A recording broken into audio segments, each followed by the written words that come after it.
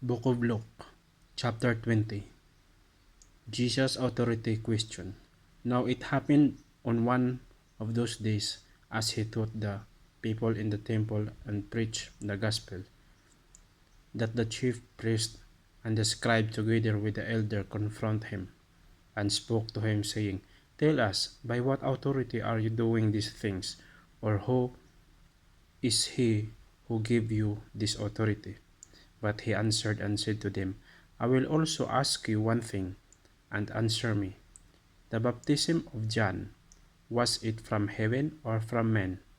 And they reasoned among themselves, this saying, If we say from heaven, he will say, Why then did you not believe him? But if we say from men, all the people will stone us, for they are persuaded that John was a prophet. So they answered that they did not know where it was from. And Jesus said to them, Neither I will tell you by what authority I do these things. The parable of the wicked vine dresser. Then he began to tell the people this parable. A certain man planted a vineyard, leased it to vine dresser, and went into a far country for a long time. Now, at vintage time, he sent a servant to the vine dresser that they might give the sum of the fruit of the vineyard. But the vine dresser beat him and sent him away empty handed. Again he sent another servant, and they beat him also, treated shamefully, and sent him away empty handed. And again he sent a third, and they wounded him also and cast him out. Then the owner of the vineyard said, What should I do? I will send my beloved son. Probably they will respect him when they see him. But when the vine dressers saw him, they reasoned among themselves, saying, This is the heir. Come, let us kill him, that the inheritance may be ours. So they cast him out of the vineyard and killed him. Therefore, what will the owner of the vineyard do to them? He will come and destroy those vine dressers and give the vineyard to others. And when they heard it, they said, Certainly not. And he looked at them and said, What then is this that is written? The stone which the builder rejected has become the chief cornerstone. Whoever falls on the stone will be broken, but on whomever it falls, it will grind him to powder. And the chief priests and the scribes that very hour sought to lay hand on him, but they feared the people, for they knew that he had spoken this parable against them. The Pharisee, is it lawful to pay taxes to Caesar? So they watched him and sent spies who pretended to be righteous, that they might seize on his word, in order to deliver him to the power and the authority of the governor. And they asked him, saying, Teacher, we know that you say and teach rightly, and you do not show personal favoritism, but teach the way of God truly. Is it lawful for us to pay taxes to Caesar or not? But he perceived their craftiness and said to them, Why do you test me? Show me the denarius. Whose image and inscription does it have? They answered and said, Caesar's. And he said to them, Render therefore Caesar and things that are Caesar's, and to God the things that are God's. But they could not catch him in his words in the presence of the people, and they marveled at his answer and kept silence. The Sadducees. What about the resurrection? Then some of the Sadducees who deny that there is a resurrection and come to him and ask him, saying, Teacher, Moses wrote to us that if a man's brothers die, having a wife, and he dies without children, his brother should take his wife and raise up offspring of his brother. Now there were 7 brothers, and the first took a wife and died without children, and the second took her as wife, and he died childless. Then the third took her, and in like manner the seventh also, and they left no children, and died. Last of all, a woman died also. Therefore in the resurrection, whose wife does she become? For all 7 had her as wife. And Jesus answered and said to them, the sons of this age marry and are given in marriage. But those who are counted worthy to attain that age and the resurrection from the dead neither marry nor are given to marriage, nor can they die any more. For they are equal to the angels and are sons of God, being son of the resurrection. Now even Moses showed me the burning bush passage that the dead are raised, when he called the Lord the God of Abraham, the God of Isaac, and the God of Jacob. For he is not the God of the dead, but of the living, for all live to him. Then some of the scribes answered and said, Teacher, you have spoken well. But after that they dare not question him any more. Jesus, how can David call his descendant Lord? And I said to them, how can they say that the Christ is David's son? Now David himself said in the book of Psalms, the Lord said to my Lord, sit at my right hand till I make your enemies your footstool. David therefore calls him Lord. How is he then his son? Beware of the scribes. Then in the hearing of all people, he said to his disciple, beware of the scribes who desire to walk in long robes, love greetings in market places, and best seats in the synagogue, and the best place at feast, who devour widows' houses, and for a pretense make long prayer. This will receive greater condemnation. Chapter 1 of Luke. The widow's 2 mites. Then he looked up and saw the rich putting their gift into the treasury, and he saw also a certain poor widow putting into 2 mites. So he said, truly I say to you that this poor widow has put in more than all. For all these out of their abundance have put in offspring for God. But she, out of her poverty, has put in all the livelihood that she had. Jesus predicted the destruction of the temple. Then as some spoke of the temple, how it was adorned with beautiful stone and donation, he said, as for these things which you see, the days will come in which not one stone shall be left upon another that shall not be thrown down. The sign of the times and the end of the ages. And they asked him, saying, Teacher, but when will these things be? And what sign will there be when these things are about to take place? And he said, take heed that you not be deceived, from many will come in my name, saying, I am he, and the time has drawn near. Therefore do not go after them. But when you hear of wars and commotion, do not be terrified, for these things must come to pass first, but the end will not come immediately. Then he said to them, nation will rise against nation, and kingdom against kingdoms, and there will be great earthquakes in various places, and famine and pestilence, and there will be fearful sight and great signs from heaven. But before all these things, they will lay their hand on you and persecute you, delivering you up in the synagogue and prison, and you will be brought before kings and ruler for my name's sake. But it will turn out for you as an occasion for testimony. Therefore settle it in your heart not to meditate beforehand on what you will answer. For I will give you a mouth and wisdom which all your adversaries will not be able to contradict or resist.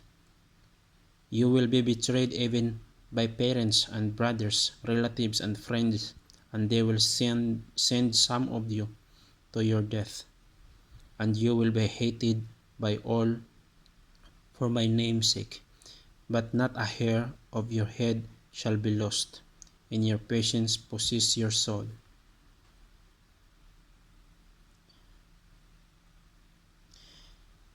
The destruction of Jerusalem. But when you see Jerusalem surrounded by armies, then know that its desolation is near. Then let those in Judea flee to the mountain. Let those who are in the midst of her depart, and let not those who are in the country enter her. For these are the days of vengeance, that all things which are written may be fulfilled. But woe to those who are pregnant and to those who are nursing babies in those days, for there will be a great distress in this land and wrath upon this people. And they will fall by the edge of the sword, and be led away captive into all nations. And Jerusalem will be trampled by Gentiles until the time of the Gentiles are fulfilled. The coming of the Son of Man. And there will be sign in the sun, and in the moon, and in the stars, and in the earth distress of nation, with perplexity, the sea and the river and the waves roaring, men's heart failing them from fear and the expectation of those things which are coming on the earth. For the powers of heaven will be shaken. Then they will be see the Son of Man coming in the cloud with the power and great glory. Now when these things begin to happen, look up and lift up your heads, because your redemptions draw near. The parable of the fig tree. And he spoke to a parable. Look at a fig tree and all the trees. When they are already budding, you see that now for yourself that summer is now near. So you, likewise, when you see these things happening, know that the kingdom of God is near. Assuredly I say to you, this generation will by no means pass away till all things are fulfilled. Heaven and earth will pass away, but my word will by no means pass away. The importance of watching. But take heed to yourself, lest your heart be weighed down with carousing, drunkenness and care of this life, and that day come on you unexpectedly, for it will come and snare on all those who dwell on the face of the whole earth. Watch therefore and pray always, that you may be counted worthy to escape all these things that will come to pass, and to stand before the Son of Man. And in the daytime he was teaching in the temple, but at the night he went out and stayed on the mountain called Olivet. Then early in the morning all the people came to him into the temple to hear him. Chapter 22 of Luke. The plot to kill Jesus. Now the feast of unleavened bread drew near, which is called Passover, and the chief priests and the scribes sought how they might kill him, for they feared the people. Then Satan entered to Judas, surnamed Iscariot, who was numbered among the 12. So he sent his away and conferred with the chief priests and captains how he might betray him to them. and they were glad and agreed to give him money. Then he promised and sought opportunity betrayed to betray him to them in the absence of the multitude. Jesus and his disciples prepared the Passover. Then came the day of unleavened bread, when the Passover must be killed. And he sent Peter and John, saying, Go and prepare the Passover for us, that we may eat. So they said to him, Where do you want us to prepare? And he said to them, Behold, when you have entered the city, a man will meet you carrying a pitcher of water. Follow him into the house which he enters. Then you shall say to the master of the house, The teacher says to you, Where is the guest room in which I may eat the Passover with my disciple? Then he will show you a large furnished upper room. There make ready. So they went and found it is as he had said to them, and they prepared the Passover. Jesus institutes the Lord's Supper. And when the hour had come, he sat down and the 12 apostles with him. Then he said to them, With fervent desire I have desired to eat this Passover with you before I suffer. For I say to you, I will no longer eat of it until it is fulfilled in the kingdom of God. Then he took the cup and gave thanks and said, Take this and divide it among yourselves. For I say to you, I will not drink of the fruit of the vine until the kingdom of God comes. And he took bread, gave thanks, and broke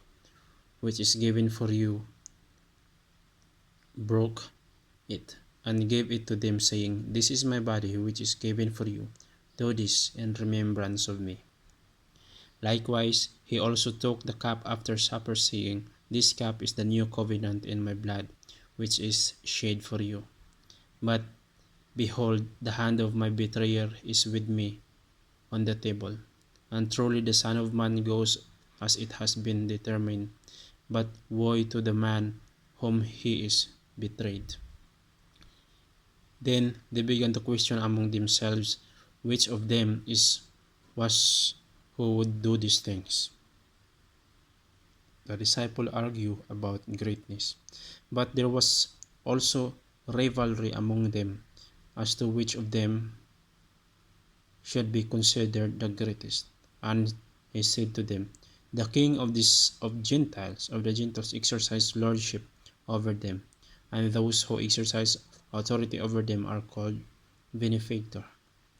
But now, so among you, on the contrary, he who is greater among you, let him be as the younger, and he who govern as he serve.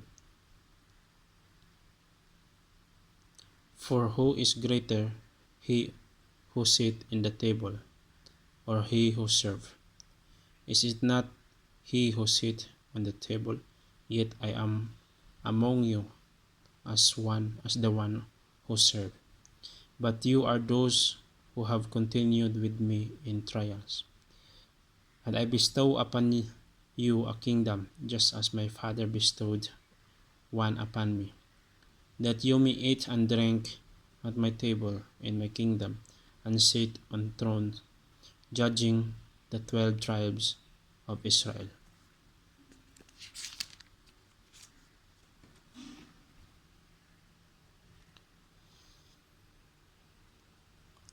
Jesus predicts Peter's denial. And the Lord said, Simon, Simon, indeed, Satan has asked for you, that he may sift you as wheat. But I have prayed for you, that your faith should not fail. And when you have returned to me, strengthen your brethren. But he said to him, Lord, I am ready to go with you, both to prison and to death. Then he said, I tell you, Peter, the rooster will not crow this day before you will deny 3 times that you know me. Wallet, bag, and sword. And he said to them, When I sent you without money bag, sacks, and sandals, did you lack anything? So they said, Nothing. Then he said to them, But now he who has a money bag, let him take it, and likewise a sack, and he who has no sword, let him sell his garment to buy one. For I say to you, that which is written must still be accomplished in me. And he was numbered with the transgressor, for these things concerning me have an end. Then they said, Lord, look, here are two swords. And he said to them, It is enough. The prayer in the garden. And coming out, he went out to the Mount of Olives, as he was accustomed, and his disciple also followed him. When he came to the place, he said to them, Pray that you may not enter into temptation. And he was withdrawn for them about a stone's throw. And he knelt down and prayed, saying, Father, if it is your will, remove this cup from me. Nevertheless, not my will, but yours be done. Then an angel appeared to him from heaven, strengthening him. And being in agony, he prayed more earnestly, and his sweat became like great drops of blood falling down to the ground.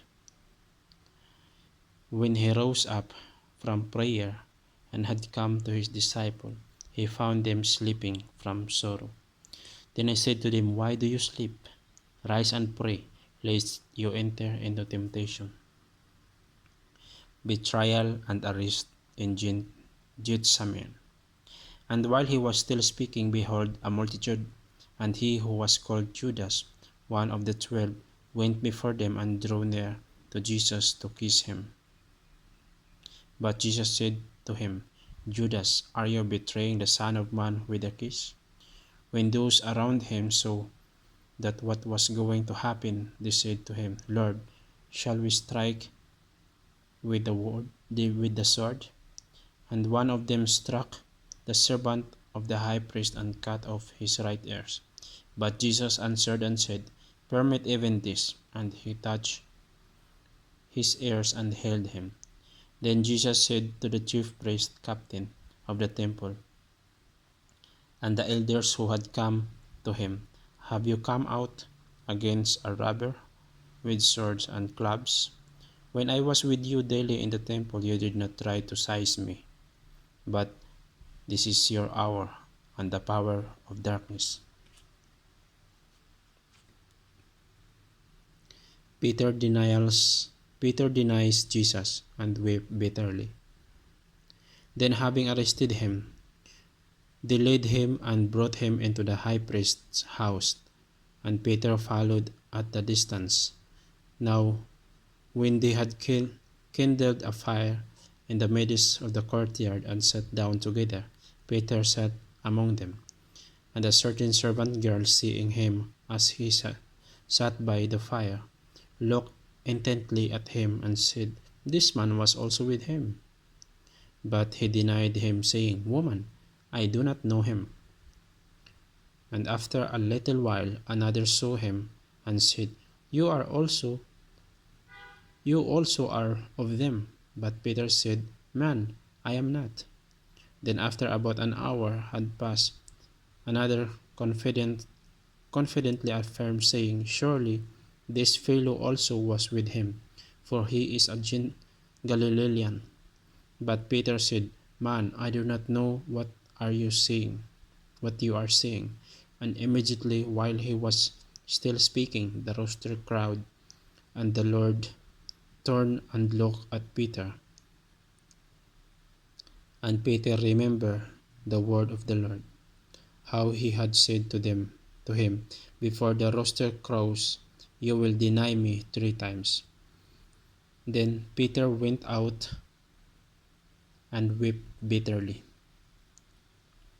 Jesus mocked and beaten. Now the man who held Jesus mocked him and beat him. And having blindfolded him, they struck him on the face and asked him, saying, Prophesy, who is it that struck you? And many other things they blasphemously spoke against him. Jesus faces the Sanhedrin. And soon as it was day, the elders of the people, both chief priest and scribe, come together and laid him into their council, saying, If you are the Christ, tell us. But he said to them, If I tell you, you will by no means believe. And if I also ask you, you will by no means answer me, or let me go. Hereafter the Son of Man will sit on the right hand of the power of God. Then they all said, Are you then the Son of God? And he said to them, You rightly say that I am. And they said, What further testimony do we need? For we have heard it ourselves from his own mouth. Chapter 23 of Luke. Jesus handed over to Pontius Pilate. Then the whole multitude of them arose and led him to Pilate. And they began to accuse him, saying, We found this fellow perverting the nation and forbidding to pay taxes to Caesar, saying that he himself is Christ, a king. So Pilate asked him, saying, Are you the king of Jews? And he answered him and said, It is as you say. Then Pilate said to the chief priest and the crowd, I find no fault in this man. But they were the more fierce, saying, He stirs up the people, teaching throughout all Judea, beginning from Galilee to this place. Jesus faces Herod. When Pilate heard of Galilee, he asked if the man were a Galilean. And as soon as he knew that he belonged to Herod's jurisdiction, he went him to Herod, who was also in Jerusalem at that time. Now when Herod saw Jesus, he was exceedingly glad, for he had desired for a long time to see him, because he had heard many things about him, and he hoped to see some miracle done by him. Then he questioned him with many words, but he answered him nothing. And the chief priests and scribes stood and